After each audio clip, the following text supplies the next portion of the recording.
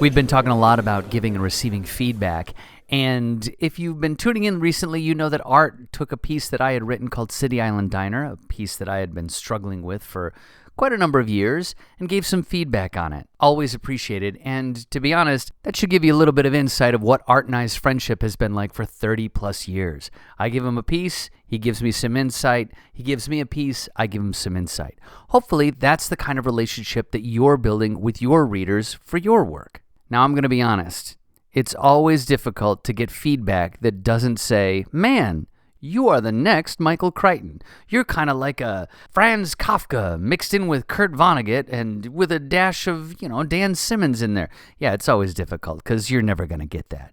So what do you do with that feedback? How do you take it? Well, as we said, it's always best to value people's time. Say thank you very much for whatever feedback they give. But the important thing to do is to take that feedback and give it an honest, objective look. And then take that and look at your own piece, honestly, objectively. Now, I understand. Maybe you're like me.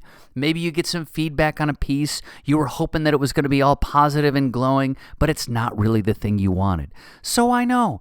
Go off to the seaside, look out at the ocean, really ponder life's true mysteries, look deep inside, look far away, look shallow inside, maybe make a peanut butter and jelly sandwich. Whatever you need to do, get over that initial reaction to any negative feedback that you might receive.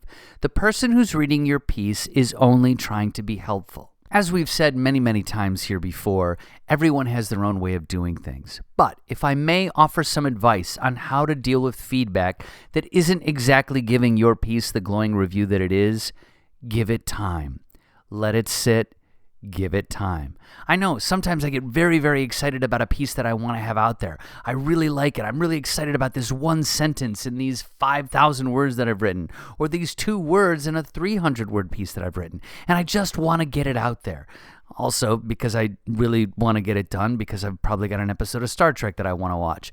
But whatever that excitement is for your piece, realize the only timeline you should be working with is the one that makes the piece right.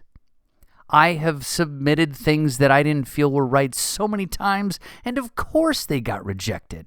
Of course they weren't the voice that I wanted to have. And you have to be careful of that, because sometimes you might submit something that you really don't think is quite finished, and then it gets published, and then it's like, I could have done that better. So once you get that feedback, give it some time. Maybe you need to put the piece away for a couple days, maybe a week, maybe a month, maybe even a year. If you're extremely prolific, yeah, man, throw that thing in the bottom drawer, work on some other things, and come back to it when you can look at it objectively.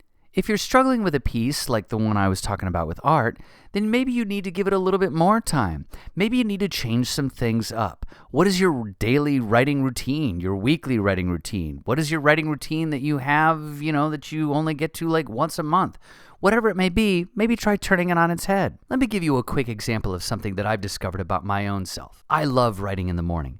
I love waking up before dawn. I love getting that 1-2 cups of coffee in me and letting that caffeine and that early morning vibe just hit, and all of a sudden all the paragraphs are just rolling off my pen. I would never, ever, ever think that I would have the capacity to work on writing while I'm at my job. But lately I've discovered I can take a 15-minute break here and there, and since it's in a college, I could just take a couple steps over to the student cafe, grab a coffee, pull out a piece that I'm working on, and boom. I am so out of my writing mind that I can look at the piece that I'm working on and look at it objectively. It's been very helpful to slash, to burn, to cut words, to add words, to find a sentence, to realize that I misspelled the word onomatopoeia. I've actually never put onomatopoeia in a sentence. But anyway, the point is, that's not something that I thought I would do. And maybe what you need to do if you have a piece like mine that wasn't working very well is to find a new way to attack it. Try something new. And another thing, try not to take it so seriously. I understand we all want to be great writers. We all want to be huge. We all want to be read. We all want to be validated by other people reading our work. But if you're taking your piece too seriously, it might be time to step away from it. Try and hit it again with some play, with something different. See what you can do. See you next week. Get writing.